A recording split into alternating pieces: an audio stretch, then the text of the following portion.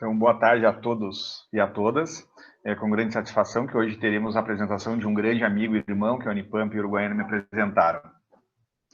O professor Edward é graduado em Ciências Biológicas pela PUC, Rio Grande do Sul, em 2003, especialista em Educação Ambiental pela FACISA, em 2005, mestre e doutor em Educação e Ciências pela UFSM, em 2015. Atualmente é professor da Fundação Universidade Federal do Pampa, tem formação na área de educação, ensino de ciências, biologia, ecologia e zoologia. Atua principalmente em estudos de educação ambiental, ensino de ciências, biologia, ecologia e de dinâmica populacional. Na Unipampa é responsável pelo Laboratório de Biologia e Diversidade Animal, LBDA, atuando no núcleo de pesquisas ictiológicas, liminológicas e aquicultura da bacia do Rio Uruguai, no Pilabro, Grupo de Estudos em Nutrição, Saúde e Qualidade de Vida, GENSC, e no Grupo de Ação Interdisciplinar Aplicada, Unigaia, desenvolvendo ações relacionadas à capacitação, educação e extensão para pescadores, alunos e professores da educação básica. Atualmente é professor permanente do Programa de Pós-Graduação em Educação e Ciências, Química da Vida e Saúde, da Unipampa, e está como pró-reitor de Assuntos Estudantis e Comunitários da Universidade Federal do Pampa. É pai da Eduarda, da Alice e do Francisco, e já entregou a banda Palometas do Sucesso e Acústico Regressivo. Hoje é produtor da cerveja artesanal da cervejaria Xisme. E Eduardo, seja bem-vindo ao JIP, conduza os trabalhos da forma que você achar melhor. Boa tarde a todos e todas. Rafael, meu irmão, é um orgulho, uma satisfação poder compartilhar esse momento contigo. Adorei essa apresentação aí. Tá bem? Não precisava tudo isso, né? Na verdade, é um pouco de toda a nossa caminhada ao longo da vida acadêmica. E dizer que hoje, né, eu fico feliz em reencontrar todo esse povo e, por motivo, né, da pandemia, a gente está fazendo esse trabalho de forma virtual, mas que também é uma forma de nos aproximar, né, que provavelmente, se nós estivéssemos dentro do normal, nós não teríamos tantas oportunidades assim de estar junto, né? Então, a pandemia, ela tem nos proporcionado algumas não, né? Muitas aprendizagens. Rafael, eu quero te agradecer pela oportunidade também de trazer os integrantes do Grupo Consciência aqui para o JIP hoje, né? E é um momento também de confraternização e compartilhamento de conhecimento, né? E dizer para os integrantes do JIP que o Consciência também tem as portas abertas. A gente tem o probleminha de atuar no mesmo horário, né? Na sexta-feira, às 17 horas, mas sempre que quiserem e conhecer um pouco dos nossos trabalhos, estão convidados, tá bem? Vocês são sempre bem-vindos lá. Bom, hoje a nossa ideia é compartilhar um pouquinho, né, sobre uma temática que a gente tem trabalhado muito nos nossos artigos, dentro do nosso grupo de pesquisa, também tem desenvolvido dentro das metodologias das dissertações e teses que a gente tem orientado, e que, eu confesso para vocês, é muito mais fácil trabalhar com a metodologia do que teorizar sobre ela, né? Vocês vão perceber ao longo da nossa conversa que a análise de conteúdo de Bardin, ela é muito profunda teoricamente, né? Então a gente vai tentar trazer hoje de forma didática um pouco do que a gente tem feito nos nossos trabalhos. E aí eu tento também colocar alguns exemplos simples para que a gente possa ir tentando desenvolver a análise de conteúdo ao longo da nossa conversa, tá bom? Bom, eu vou iniciar a apresentação aqui, tá? E aí eu vou fechar minha câmera para melhorar a conexão.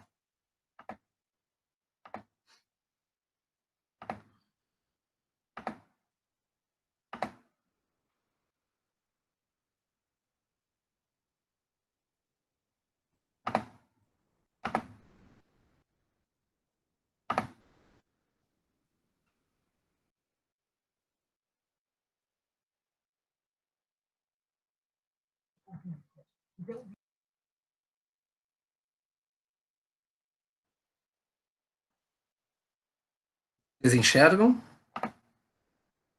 Visualizam a apresentação? Sim.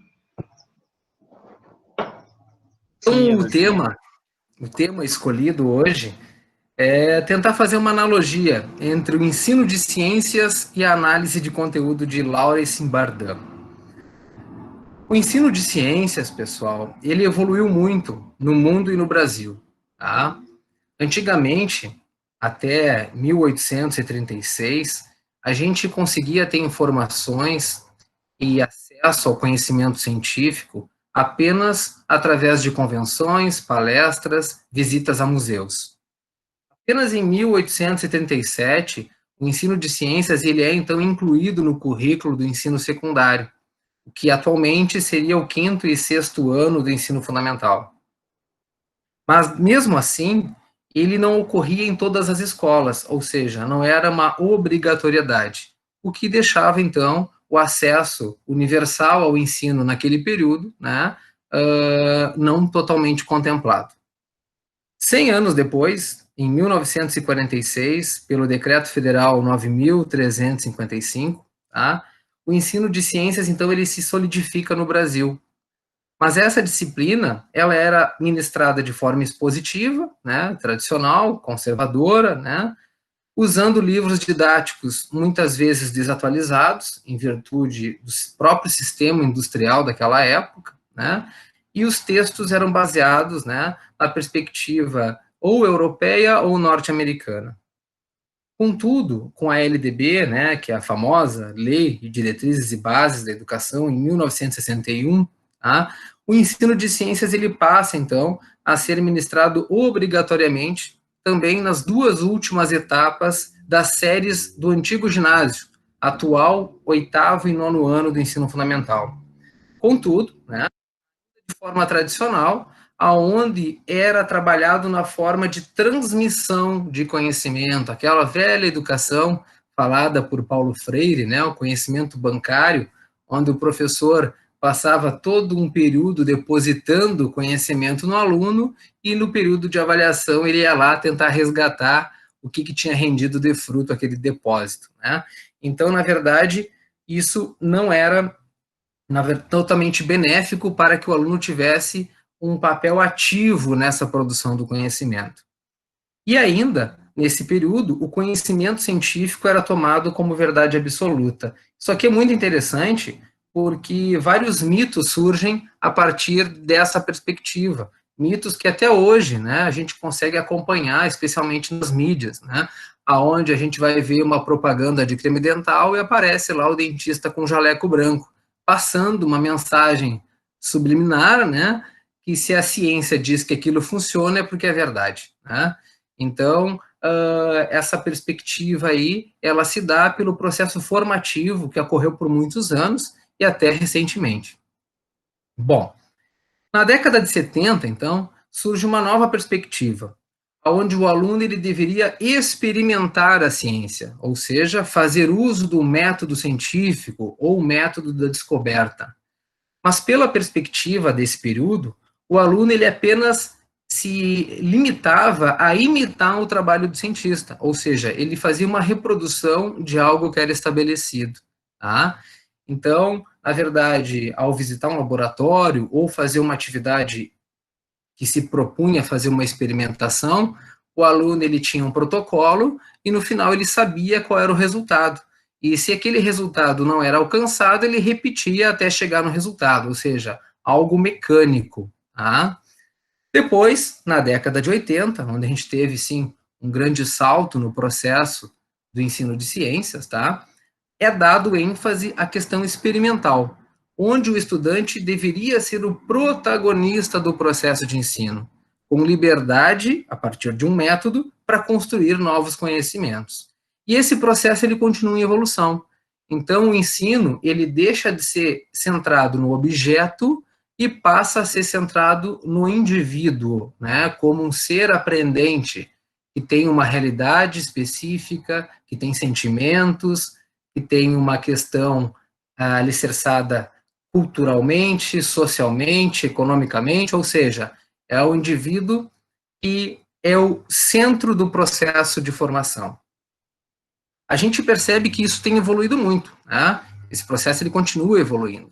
Tanto a gente consegue visualizar isso pelo aumento do número de programas de pós-graduação na área de ensino de ciências, né? Cada vez mais trabalhos nessa área são publicados, dissertações, teses. Então, existe uma grande caminhada desde a década de 80 até agora, né? Então, essa evolução ela continua, mas a perspectiva ela se estabelece lá nesse período aonde o estudo, então, passa a ser centrado no indivíduo. Essa mudança de paradigma, ela é fundamental, e ela acaba influenciando as pesquisas nas áreas, acaba estimulando e influenciando a pesquisa na área. Bom, mas por que eu estou fazendo essa introdução sobre o ensino de ciências, se a ideia é falar sobre análise de conteúdo? O que isso tem a ver com análise de conteúdo? Eu posso falar para vocês que, na verdade, tem quase tudo a ver. Tudo a ver. Mesmo a análise de conteúdo ser relativamente antiga, existem relatos, tá? Trabalhos que indicam que ela surge ainda na Idade Média, como uma forma de dominação. Olha só que interessante, né? Onde era utilizado o conhecimento do povo, a manifestação do povo, e a partir daquela manifestação, né, era feita uma avaliação, claro que rudimentar, né, onde a essência do significado daquela manifestação era utilizada, então, pela gestão, né, dos países, gestão das nações naquele período, né. Então, a gente consegue ver também que na Primeira e na Segunda Guerra Mundial, a análise de conteúdo, ela foi muito, muito explorada, especialmente nas propagandas nacionalistas, né, aonde o mundo estava passando por uma crise global, né, um confronto mundial, e a opinião das pessoas, então, ela era muito importante para poder trabalhar a imagem do país e fazer um sentimento de pertencimento, um sentimento nacionalista, né? Claro que a análise de conteúdo, ela também evoluiu, assim como o ensino de ciências. Bom, mas o que isso tem a ver, então? Se ela é mais antiga que o ensino de ciências e os dois evoluíram. A relação tá que essa mudança de paradigma, tá, no ensino de ciências, ela também influencia com uma mudança de pesquisa dentro da área do ensino de ciências. Por quê? Porque ela passa a perceber o aluno como um ser atuante, ativo, e busca entender, então, como que o aluno pensa, como que o aluno aprende, como que o aluno interage, e compreendendo isso, ela passa a compreender como melhorar o próprio processo de ensino-aprendizagem. Então, saber a percepção, a concepção dos indivíduos sobre um determinado processo, sobre um determinado tema, é fundamental para que a gente possa mudar a nossa forma de atuação. Tá? Então, desta forma, a pesquisa, né, qualitativa ganha espaço. Por que qualitativa? Porque ela se foca na questão da qualificação, na qualidade, ou seja, dar adjetivos qualificatórios para o processo de investigação, e não meramente, né, um número ou um percentual, tá bem? Bom, então a pesquisa qualitativa ganha espaço, tá? E a análise de conteúdo de Bardin, que é publicada lá pela primeira vez em 1977, né, mas que é originada ainda na década de 50, de 40 e 50, a própria Bardin fala isso no livro, tá? Ela acaba se consolidando como uma forma de compreender a ideia de um determinado grupo de indivíduos a partir de diferentes formas de obtenção de dados. Tá? Então, a obra de Bardin, aí eu vou pedir ajuda para o Google aqui, para fazer a pronúncia correta, né? Ela tem o seu título original como? L'analyse de contenu. Vou repetir. L'analyse de contenu. Que apresenta, na verdade, um conjunto de técnicas de forma detalhada de como desenvolver, então, essa análise de conteúdo aí, né, na tradução para o nosso português. Bom, aqui eu trouxe um pouquinho da Bardin, tá? A Laurence Bardin, ela é francesa, nasceu em Lorraine, ela é professora assistente de psicologia na Universidade de Paris, tá? A quinta René Descartes, e a Bardin, ela aplica essa técnica de análise de conteúdo na investigação psicossociológica, e no estudo das comunicações de massa. Então, a análise de conteúdo, ela não surge para o ensino de ciências, né? Ela surge em outras áreas, e o ensino de ciências, assim como outras áreas, também se apropriam do potencial dessa metodologia, tá, de análise qualitativa. Bom, vocês estão me escutando bem? Sim. Ótimo, Sim. ok. Sim. Obrigado. Vamos seguir, então. É estranho falar com a tela projetada, né? A gente não enxerga vocês. A gente está se adaptando. Hoje é a minha primeira oportunidade de fazer, tá, uma atividade assim. Então, é um desafio também. Bom, análise de conteúdo, então, como método, tá? Então, a Bardin, ela fala o seguinte, que a análise de conteúdo se configura, na verdade, como um conjunto de técnicas de análise, que utiliza procedimentos sistemáticos e objetivos, visando a descrição do conteúdo de mensagens. Então, a análise de conteúdo, ela pode ser usada como um método para diferentes áreas das ciências, né? Não é uma apropriação nossa. E pode ser aplicada para analisar diferentes formas de comunicações e dados, como, por exemplo, registros, através de diários de campo, materiais bibliográficos, entrevistas, pesquisas de opinião, discurso, questionários, etc. Segundo a Bardin, qualquer tipo de informação pode servir de base para se fazer uma análise de conteúdo, desde que, obviamente, tu tenha um objetivo, desde que tu tenha uma questão norteadora, né? Tu tem que saber o que tu quer responder para te poder localizar a resposta nesses documentos, tá?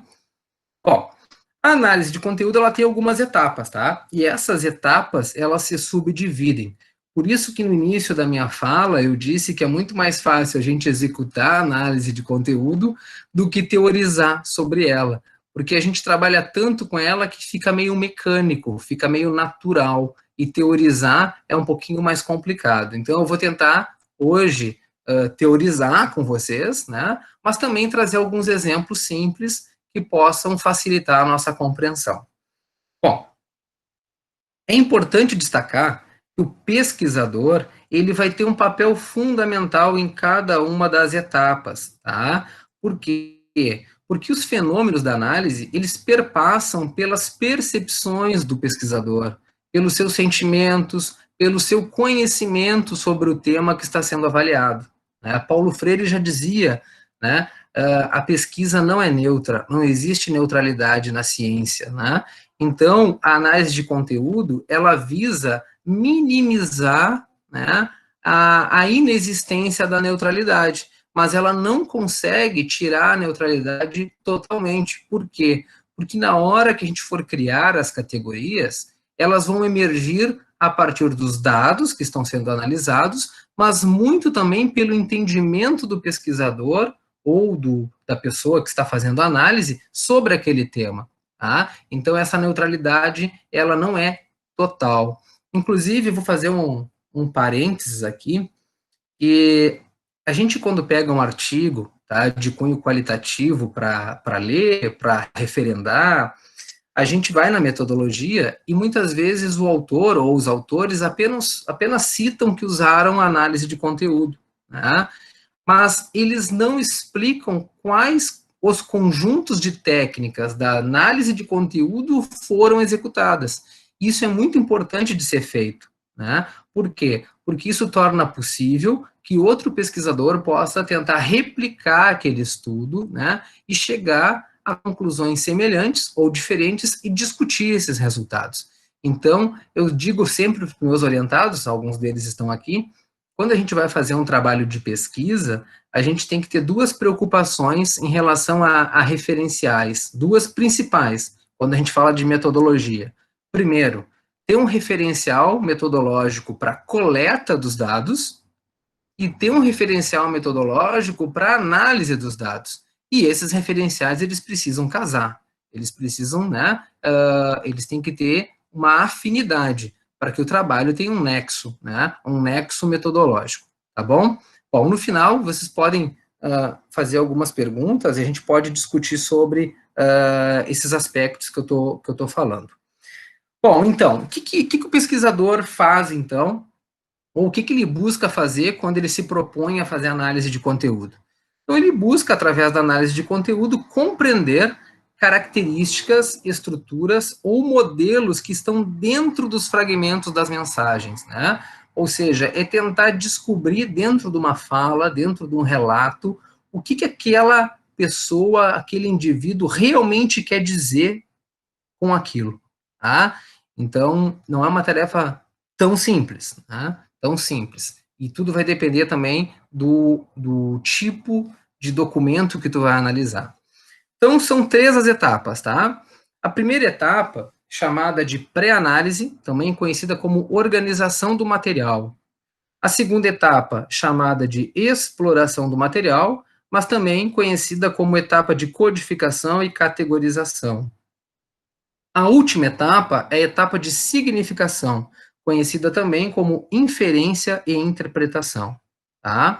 A gente tem essas duplas denominações porque tem várias edições do livro da Bardin e também tem outros autores, como Minayo, tá? Que acabam falando sobre análise de conteúdo e aí eles dão uma evoluída, né? Dão uma leitura para essas etapas. Então, por isso que eu trouxe essas denominações diferenciadas aqui. Bom, aqui eu peço atenção de vocês, né? Por quê? Porque tem aspectos importantes. Primeiro, desenvolver a análise de conteúdo não é simplesmente categorizar respostas, tá? É longe disso. Para cada categoria que emergir, tá? É necessário que o pesquisador efetue inferências. Tá? O que são inferências? Que ele faça deduções sobre aquele resultado, sobre aquela categoria que surgiu. E essas inferências, elas também não podem ser empíricas, elas têm que estar alicerçadas dentro de uma discussão com autores da área da pesquisa. Tá? Então, a gente vai fazer no final aqui, ao longo, né, da nossa conversa, tem alguns exemplos e essas etapas vão sendo efetuadas para tentar exemplificar para vocês. Quando informamos, né, nas metodologias dos trabalhos que os dados foram tratados conforme análise de conteúdo, é importante, então, que seja informado quais os conjuntos de técnicas que foram utilizados. Isso vai demonstrar rigor científico e proporcionar ao leitor a informação que o pesquisador buscou para ser o mais neutro possível, né? Como eu falei agora há pouco para vocês, né, me antecipei e estava nesse outro slide aí. Vamos entrar nas etapas, então. Primeira etapa, tá? Pré-análise, organização. Então, após a coleta dos dados, será fundamental verificar o que vai ser usado e o que vai ser descartado, tá? Por isso que ter uma metodologia de coleta bem definida é parte essencial da pesquisa. Bom, nessa etapa, existem diferentes momentos que contribuem para a sua efetividade. Então, existem momentos dentro da pré-análise, dentro da organização. Que elementos são esses? Formulação das hipóteses ou questões norteadoras, escolha dos documentos e análise por leitura flutuante. Tá? Então, são 3 momentos aí que devem ser seguidos. O primeiro momento, ele se caracteriza pela determinação da intencionalidade da investigação. Ou seja, o que tu quer descobrir? Qual é o teu problema de pesquisa? Ah, qual é o tema do trabalho? Eu não vou, por exemplo, querer saber qual é a forma de abordagem, né, do conteúdo de paleontologia nos livros de ciências, né, e pegar livros de direito, né, para analisar. Então, tem que ter uma coerência nesse processo. Então, essa coerência, ela parte dessa hipótese inicial, dessa questão norteadora inicial. Tá? Então, eu trouxe alguns exemplos ali. Tá? O trabalho visa avaliar a percepção de indivíduos sobre o uso de jogos na aprendizagem. Eu peguei isso porque eu sei que o Rafael aí gosta de trabalhar com gamificação, com jogos, tá? Eu posso dar uns exemplos furados aqui, Rafael, tá bem? eu não trabalho com jogos, mas eu trouxe para tentar contextualizar para o grupo. O trabalho Outro exemplo. O trabalho visa avaliar a abordagem do tema saúde em livros de química. Então, eu preciso ter essas questões norteadoras para poder separar e organizar os documentos que serão analisados. Tá? Então, desta forma, os documentos deverão ser organizados, eles têm que conter esse tipo de informação. Eles têm que conter. Pode ser uma entrevista, pode ser uma resposta, ou pode ser até um documento. Daqui a pouco eu vou analisar um projeto político-pedagógico, eu vou analisar uma coleção de livros didáticos, ou vou analisar um projeto de curso, tá bem? Bom, seguem me escutando? Tá tranquila a conexão? Tudo bem, tudo tranquilo, Edward. Ótimo, obrigado. Bom, é importante destacar que essa hipótese, ela pode ser pré-estabelecida, definida, ou ela pode ser provisória, tá?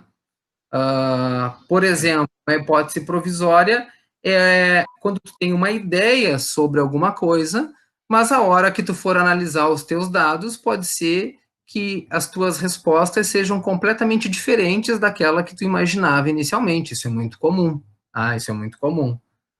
A gente fez um trabalho, estou lembrando agora, com o Jean Loyola, que foi nosso aluno na especialização, e o objetivo dele era verificar qual a contribuição do ensino de química na formação social dos indivíduos, ou seja, o que a química contribui para o indivíduo na sociedade, como é que a escola estava se portando para isso.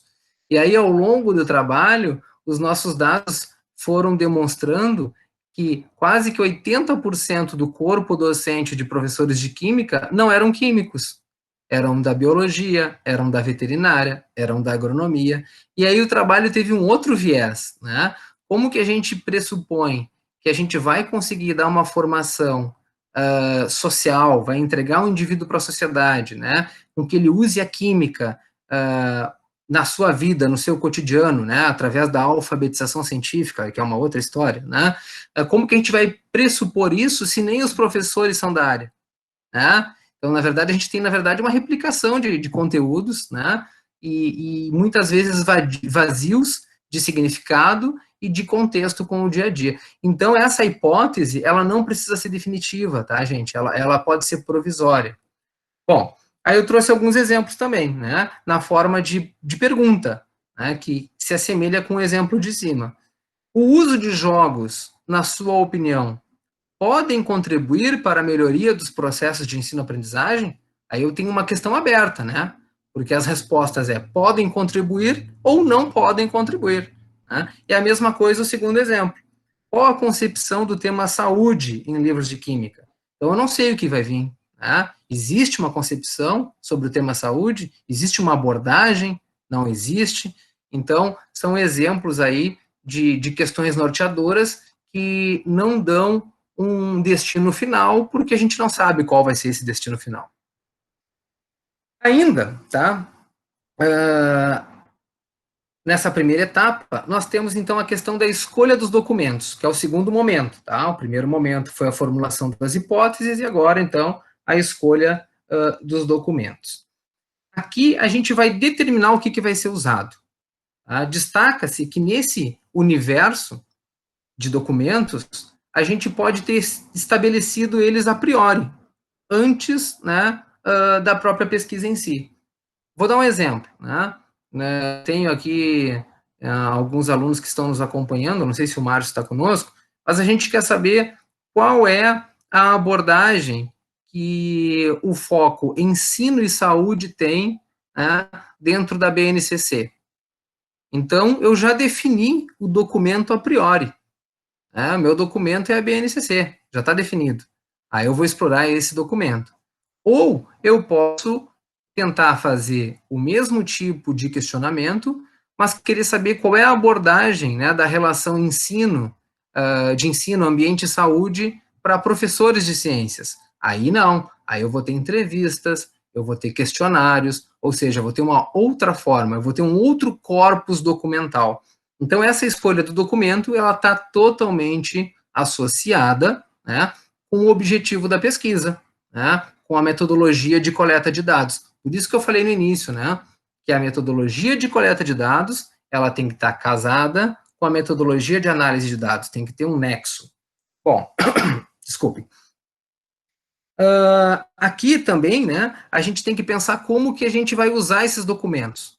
Esses documentos, eles vão chegar escrito à mão, né, o próprio punho, eles vão estar impresso, eles vão estar digitalizados.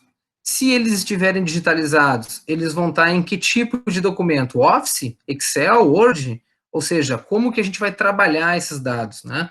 Eu tenho uma mania, tá? Mas eu sempre deixo os meus orientados livres, mas eu tenho uma mania. Eu, quando aplico um questionário, eu pego cada um do questionário e digitalizo ele, né? Passo para o Word, porque fica muito mais fácil para mim trabalhar assim, para recortar, né? Achar depois, fazer a codificação.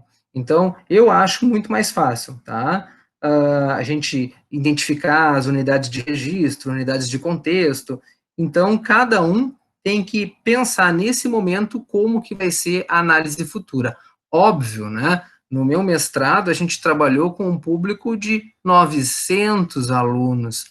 Pensa, 900 questionários, digitalizar isso, o tempo que tu perde. Então, tem uma questão de planejamento temporal também, que tem que ser levado em consideração, tá?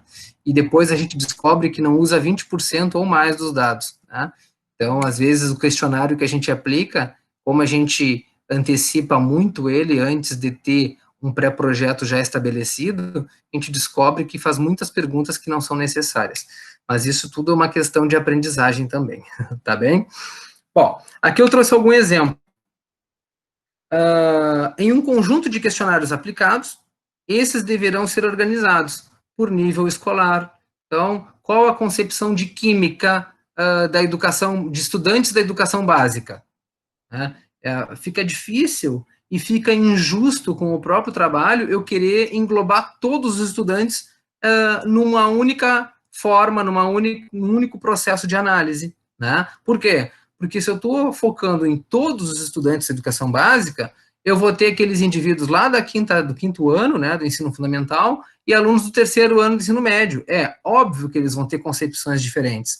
Então, eu vou ter que organizar esses documentos, escolher esses documentos e organizar eles por nível. Então, eu vou separar. Eu vou fazer uma análise de alunos das séries iniciais do fundamental, análise das séries finais do fundamental, né, análise só do ensino médio. Depois eu até posso comparar essas respostas, né, mas as análises, elas têm que ter esse nexo aí, respeitando, né, esse nível, esse ano, turma também. Às vezes posso querer comparar uma turma com a outra, né, não é muito usual, mas pode acontecer.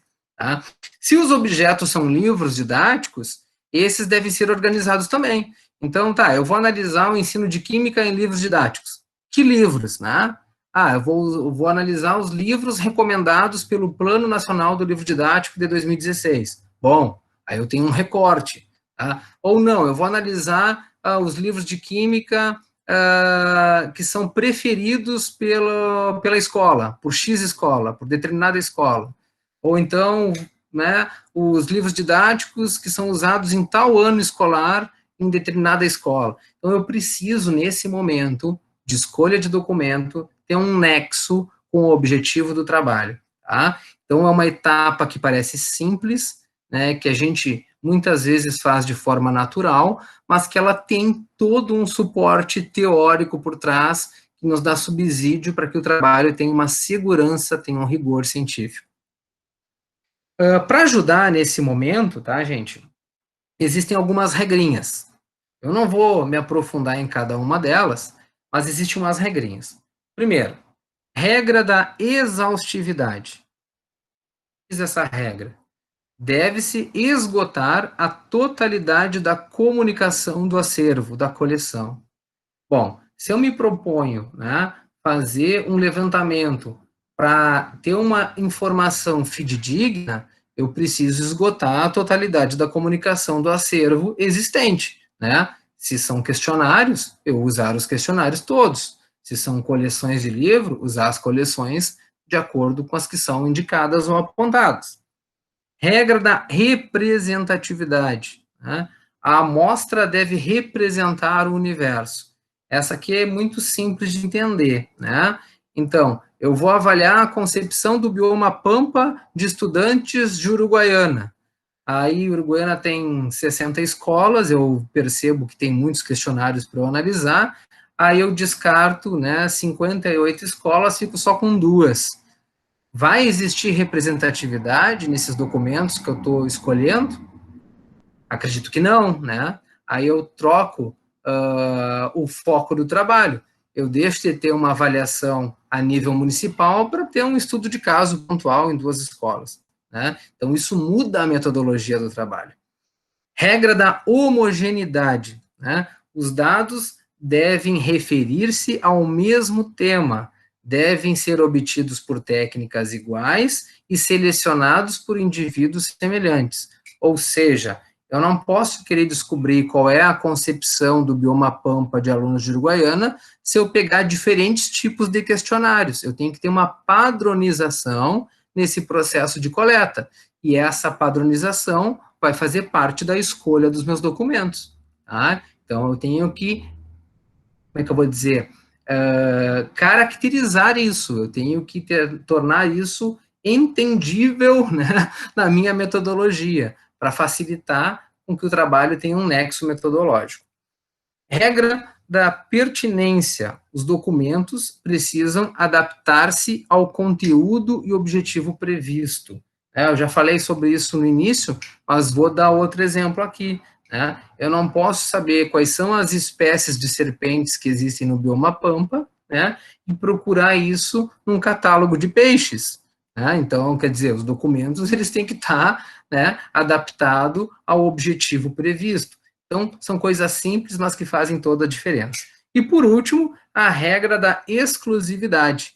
Né? Ou seja, um elemento não deve ser classificado em mais de uma categoria. Então, eu pego uma resposta lá, aí eu, dentro daquela resposta, eu acho que ela se encaixa em 2 categorias e eu uso esse elemento para 2 categorias. Isso é completamente inadequado. Né? Eu tenho que pegar a síntese do que aquele indivíduo falou e desenvolver em uma única categoria. Nem que essa categoria seja um pouco mais complexa, que envolva diferentes elementos, mas eu preciso respeitar essa exclusividade. Tá bom? Vou seguir. Eu não sei, Rafael, tu prefere que a gente converse no final ou tu prefere que a gente vá conversando? Como é que é a metodologia do grupo? Assim, a gente deixa livre para o apresentador, se ele achar, se ele prefere que seja interrompido, se permite, se faz as interrupções. Caso contrário, se pode fazer as discussões só no final, depende muito do apresentador. Ok. Eu vou tentar ir indo, então, com a apresentação, porque eu estou me alongando bastante, estou me empolgando, são 5h40 e a gente tem o teto, né? Mas aí, Rafael, qualquer coisa eu me coloco à disposição, não sei como é que está a tua programação, a gente se encontrar numa outra sexta-feira e a gente debater o assunto, né? E aí a gente deixa livre para o pessoal que está participando, eles vão ter acesso, né, ao material e a gente pode debater. Pode ser? Qualquer coisa? Pode ser. Bom, vamos lá então. Então, o último momento da primeira etapa, tá? Que para mim, né, se é que dá para dizer, é o mais importante, chamado análise por leitura flutuante. Nesse momento, então, né, a gente tem que fazer um contato direto com os dados que foram selecionados na etapa. Esse contato direto, ele tem que ser lido pelo pesquisador, tá? E o pesquisador tem que permitir que esses documentos deixem impressões, que deixem sentimentos sobre aquilo que está sendo apresentado. É nesse momento que o pesquisador começa a formar, né, um entendimento sobre o que as respostas vão culminar. Então, se a gente vai ter 4, 5, 8 visões sobre aquele tema, né, se aquele documento ele aborda um determinado tema de 5 maneiras, ou não, ou se existe, né, uma unanimidade de entendimento, se o documento aborda aquele tema de uma única maneira. Então, essa leitura flutuante, ela não tem como objetivo fazer com que o pesquisador já faça a categorização. Não, ele faz uma prévia, né, do que vai ser encontrado para a segunda etapa. Tá? Essa leitura, então, ela vai contribuir para que o pesquisador tenha uma ideia inicial do que será encontrado. fator que vai facilitar e consolidar o trabalho na próxima etapa, que é a etapa de codificação e categorização, que é a etapa 2, tá? Esse momento é fundamental, porque a partir dele, né, as categorias vão surgindo naturalmente, assim, de forma inicial, né, e a partir, obviamente, das questões norteadoras, né, do estudo. Aqui, pessoal, eu trouxe um exemplo, tá? Eu vou ler para vocês, mas tentando fazer um exercício de como que seria essa leitura flutuante. Então, nós temos uma pergunta e 5 respostas. Então, qual é a pergunta? Né? É a mesma, eu estou usando o mesmo exemplo sempre para ter uma lógica, tá? O uso de jogos, na sua opinião, pode contribuir para a melhoria dos processos de ensino-aprendizagem? Resposta 1, sim. Resposta 2, sim, porque o indivíduo aprende brincando. Resposta 3, sim, uma vez que o aluno pode interagir e ser ativo no processo, favorecendo a aprendizagem. Resposta 4, não, porque os jogos são apenas uma distração. Resposta 5, sim, porque a diversão proporciona aprendizagem. Tá? Então, nesse momento é só a leitura que a gente vai fazer. Isso já vai ficar no subconsciente de vocês aí.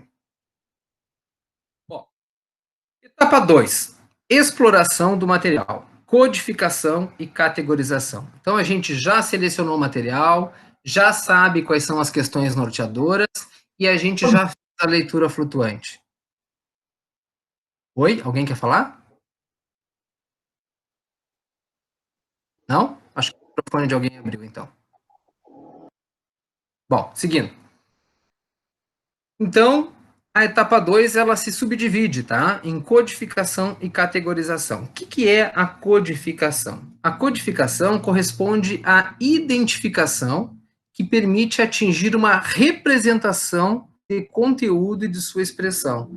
A codificação, ela tem duas unidades. Unidade de registro e unidade de contexto. O que é a unidade de registro? A unidade de registro é a que dá significado, que corresponde ao segmento de conteúdo considerado como unidade base, tá? É o que vai dar origem lá depois à categorização e à contagem frequencial. Então, ela pode ser uma palavra, pode ser uma frase, pode ser um tema. E o que é a unidade de contexto? É aquilo que serve para compreender a unidade de registro, ela qualifica a unidade de registro. Então, no próximo slide, a gente tem um exemplo de novo, tá? Da codificação. Então, eu trouxe a mesma pergunta e trouxe uma resposta. Qual é a pergunta? O uso de jogos, na sua opinião, pode contribuir para a melhoria dos processos de ensino-aprendizagem? Aí tem a resposta 3 aí. Sim, uma vez que o aluno pode interagir e ser ativo no processo, favorecendo a aprendizagem. Agora eu vou querer a participação de vocês, pelo menos umas 2 pessoas que quiserem aí. Eu gostaria que vocês me ajudassem aí, na opinião de vocês, o que seria a unidade de registro e o que seria a unidade de contexto para essa pergunta e para essa resposta. Se eu tenho essa pergunta, na resposta, onde que eu encontro a unidade de registro? Quem se anima? Ninguém?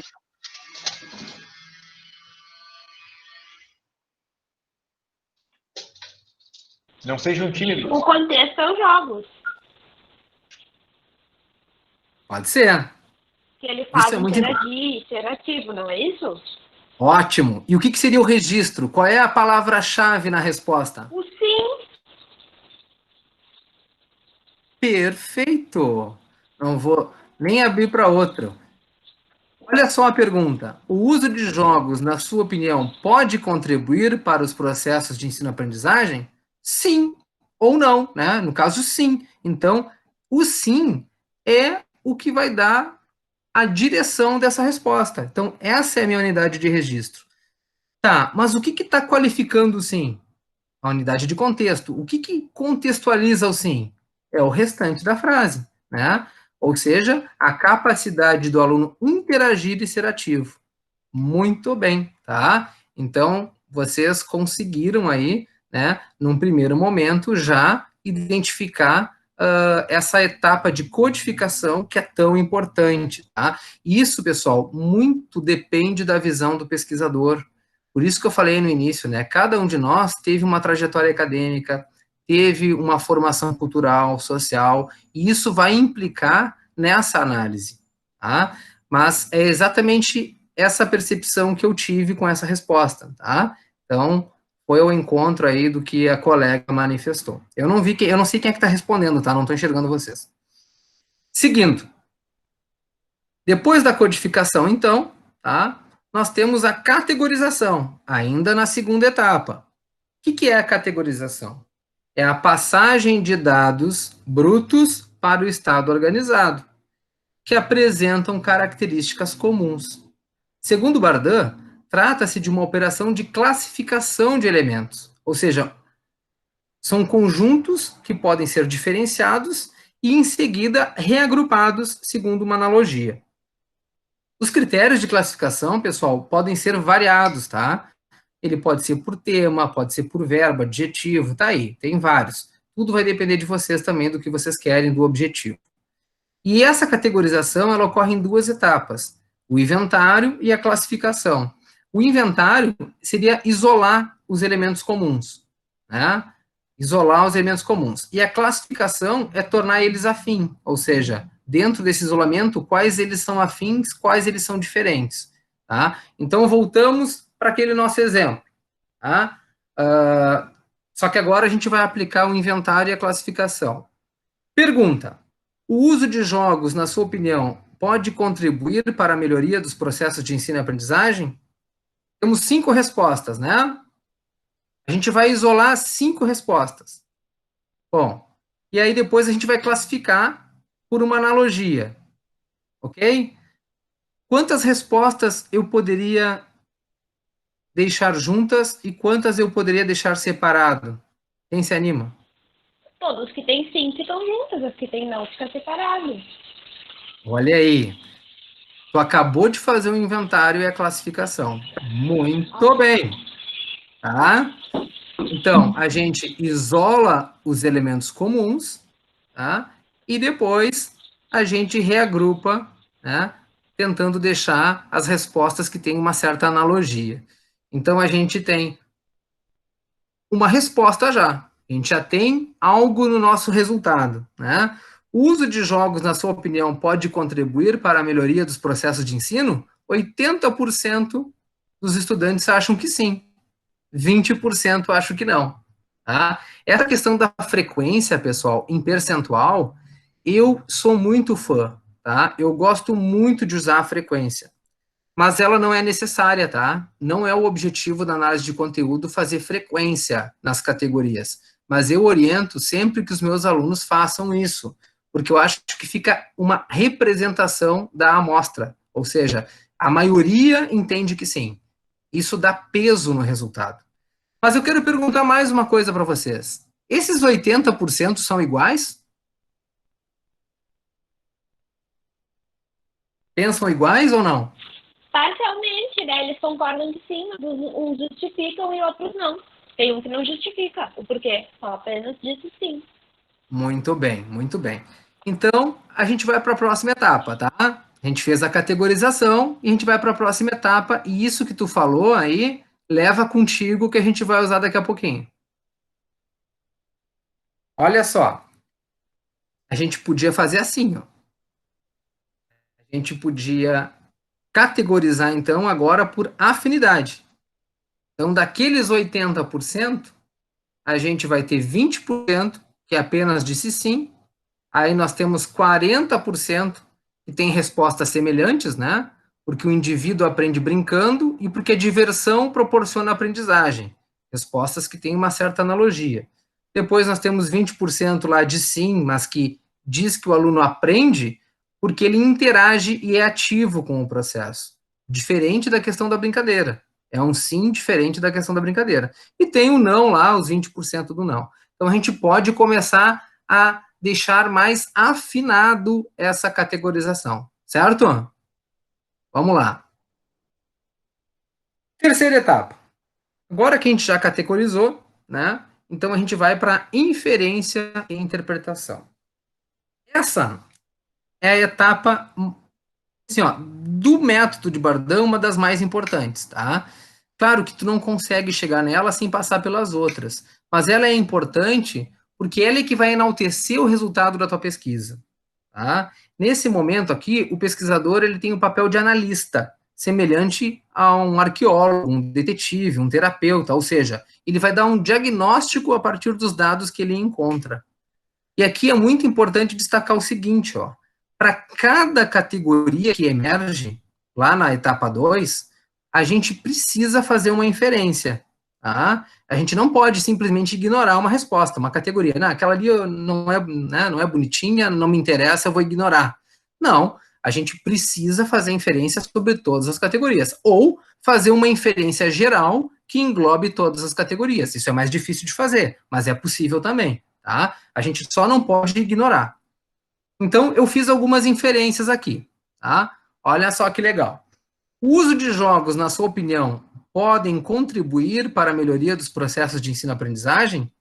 Então, a partir da categoria 1, né, eu fiz inferências. O que eu coloco? 20% dos estudantes que acreditam que o uso de jogos não contribui para a melhoria dos processos de ensino-aprendizagem, pois consideram como uma distração. Tem um quê para mais ali, né? Mas é isso, 20% dos estudantes acreditam que o uso de jogos não contribui, porque consideram como uma distração.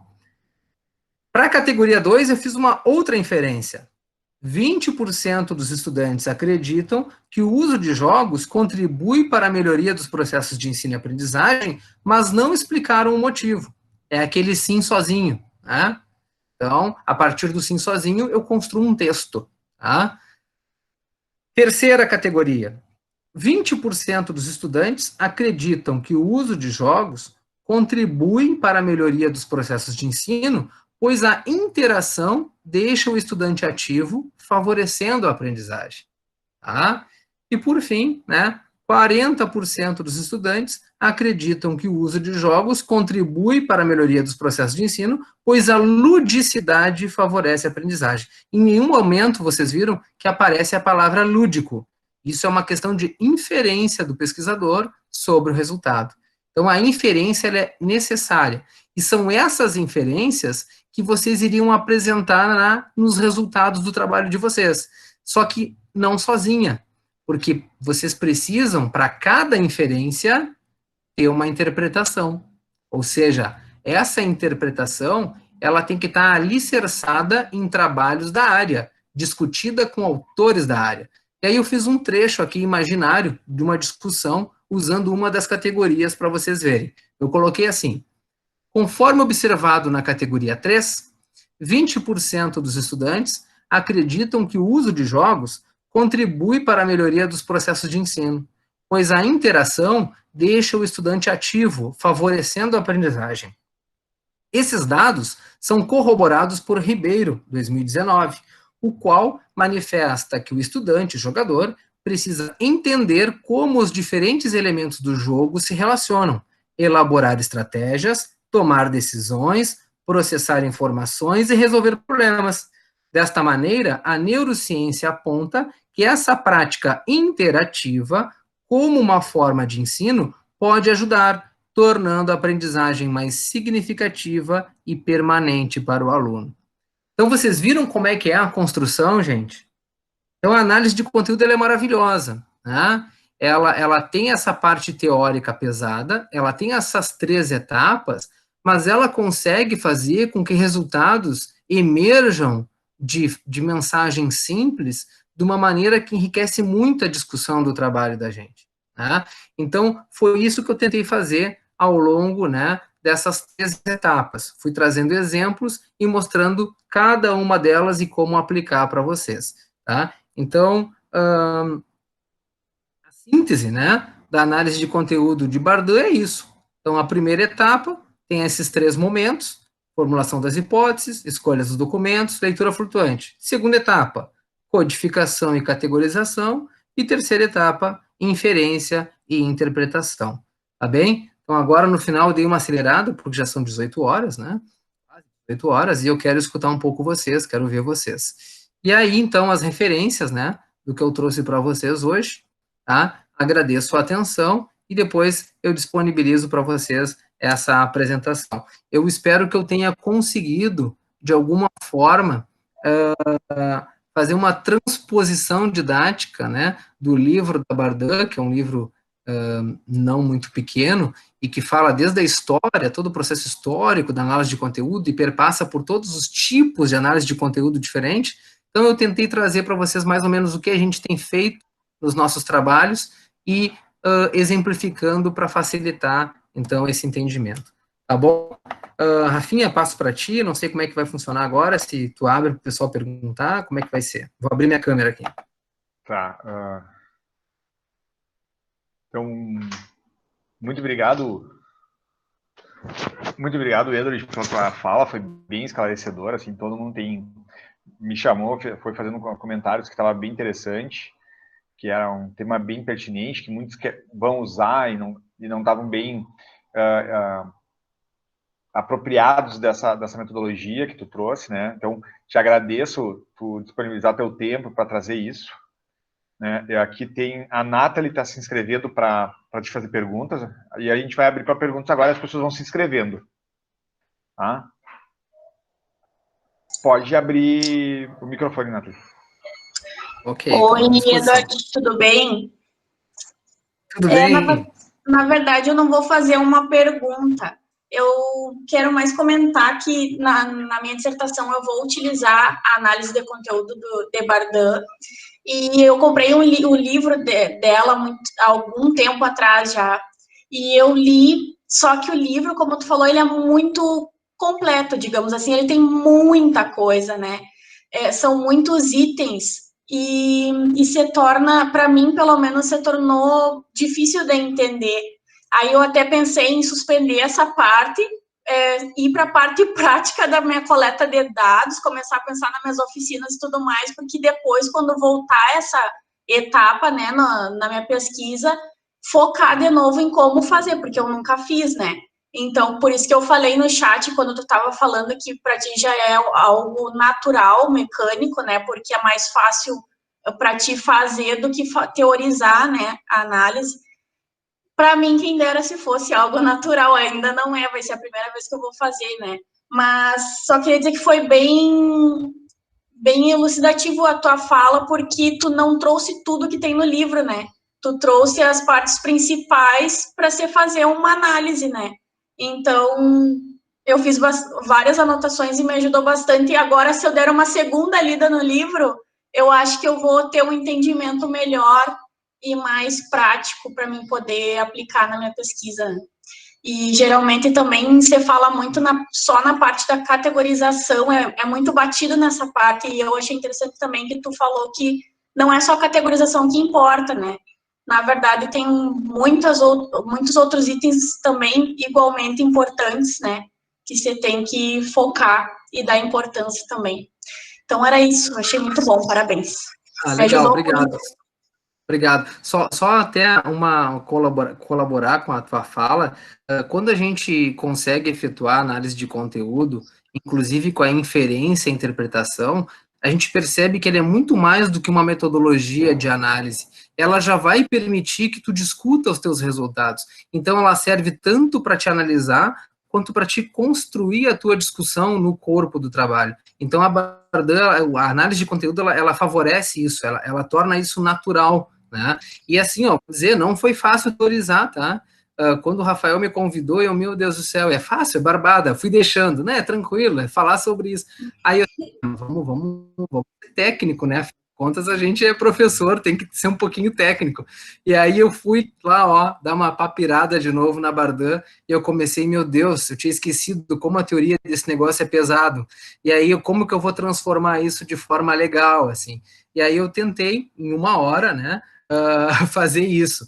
Então, claro que tem muitas outras coisas, mas a gente tentou abordar de uma maneira, como tu falou, né, mais didática. Inclusive, pessoal, aqui na minha referência, tem um link que eu deixei para vocês, que é o link de uma apresentação do professor Rodolfo Lang, da Unesp, tá? Que ele é professor de metodologia qualitativa, e ele tem uma aula de 1h30 sobre análise de conteúdo de Bardin.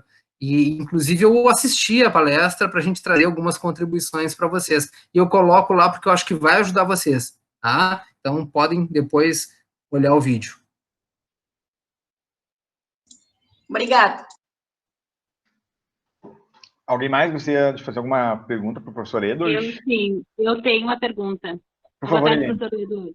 Tudo bem? Eu já tenho vários trabalhos, eu estou lendo sobre análise de conteúdo, eu encontro vários trabalhos feitos, e essas primeiras etapas de categorização uso de software, tipo o Iramutec. Eu queria saber a tua opinião a respeito disso. O que tu acha? O que tu acha de uso desses recursos para fazer a categorização inicial? Ótimo, Eliane, isso eu tinha até ia me passar e ia esquecer de falar, né? Quando a gente trabalha, por exemplo, com muitos dados, o uso de software, ele é bem recomendado, e tem softwares ótimos, tá? Eu conheço o Atlas, tá? Ele é muito bom, mas tu vai precisar ter esses documentos todos digitalizados, todas as informações digitalizadas. Aí tu vai cortando e vai jogando para dentro do software e vai fazendo marcações. E aí, no final, quando tu roda ele te dá aquela parte inicial das categorias já pronta. Mas a parte de inferência, de interpretação, essa tu não tem como fugir do software, tá? Quer dizer, não tem como... Vai ter que apelar para uma revisão bibliográfica. Mas o software, sim, recomendo, tá? Eu conheço só o Atlas, não conheço outros. Obrigada. Boa noite, é a Deise. Eu fiquei com uma dúvida agora, ali na inferência. Quando eu coloco a minha afirmação, né, eu utilizo a bibliografia para confirmar ela, negando ou afirmando? Ótimo, Deise. A inferência, ela parte da tua percepção sobre aquela categoria, ok? Bom, se tu tem uma percepção sobre ela, aí tu tem que buscar na literatura subsídios que deem suporte para ela. Pode ser que tu tenha uma percepção de acordo com a categoria, mas que não exista na literatura alguém que dê suporte para ti, entendeu? Então fica difícil tu manter aquela afirmação. Então aquela tua afirmação ela é frágil. Agora, quando tu tem, a partir da tua inferência, numa resposta, e tu encontra suporte teórico, isso corrobora e fortalece teu argumento dentro da produção. Então, essa é a função, né, da interpretação ali, desse referencial teórico. Tá? Eu acho necessário. Tem muitos autores que não, que terminam a análise de conteúdo na categoria. Seria eu justificar a minha análise. Exatamente, né? Justificar. Inclusive, né, tu pode ser honesta, né? Tu pode pegar e dizer o seguinte, olha, 40% dos estudantes acham isso, eu concordo com eles, mas segundo a literatura, todos os autores dizem o contrário. Não deixa de estar errado, entendeu? Tu está sendo honesta, é o teu dado, é a tua inferência, mas a literatura diz ao contrário. Tu está fazendo uma discussão e está sendo honesta.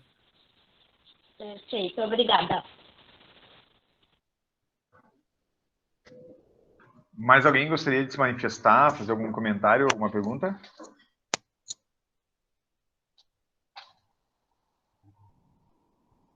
Dou-lhe uma, dou-lhe duas. Então, é que o pessoal tem aula agora às 18h30. Ah, pois é. Então, o pessoal já fica meio tímido. Mas, muito obrigado, Edward. Fico muito feliz. Tu é um irmão que eu tenho aqui em Uruguaiana. Então, tu poder participar do grupo é muito importante para mim. Foi uma satisfação te ter aqui. Então, sintam-se à vontade, tu e teu grupo, sempre que quiserem assistir, venham, assistam. Vocês também, se vocês tiverem algum tema interessante e disponibilizar, a gente pode também fazer uma reunião em conjunto, os dois grupos, com temas afins, né? Obrigado, meu irmão, obrigado. Coloquei meu WhatsApp ali, se alguém tiver alguma dúvida ao longo da semana ou depois, tá? Pode me procurar, a gente vai conversando. Tá? E na sequência, Rafael, eu vou te mandar também pelo WhatsApp a apresentação. Vou te mandar em PDF ela, e aí tu compartilha com o pessoal depois. Tá, compartilho sim. Te agradeço, viu, Rafael? Tu é um irmão para mim também. Fico feliz em poder estar compartilhando esse momento contigo, né? É uma forma da gente ir se lapidando, porque eu também aprendi muito, viu? Tu fez eu voltar a estudar aí. Não, é bem interessante. A gente acaba, quando a gente acaba estudando para preparar as apresentações, então é muito bom essa interação, né? Então, fica bem à vontade, Edu, sempre que quiser participar, ou se vocês tiverem algum seminário que vocês quiserem apresentar no nosso grupo, nos avisem a data, a gente marca e abre espaço para vocês, tá? Obrigado, igualmente, da mesma forma. Tá? Então, muito obrigado a todos e a todas. A semana que vem nós teremos a qualificação, nesse horário, a qualificação da Amanda, né? Então, sintam-se todos convidados. Eu não sei se tu vai ser banca, né, Edward? Então, acho que o teu grupo, se quiser, pode participar também. Ótimo, ótimo. A gente vai ter a banca de qualificação da Amanda. Eu acho que eu vou estar chegando de viagem, tá? Eu vou preparar o parecer para encaminhar, já conversei com a Amanda, e vou preparar o parecer e vou te enviar, Rafael. Mas se chegar de viagem a tempo, eu entro para apresentação aqui no Meet. Tá bom, então. E teus alunos que quiserem participar, por favor, sejam bem-vindos. Tá? Então, muito obrigado a todos e a todas. Tenham um ótimo final de semana. Até a sexta que vem. Obrigadão, pessoal. Beijão. Se cuidem. Obrigado, Rafael. Obrigado, Edward.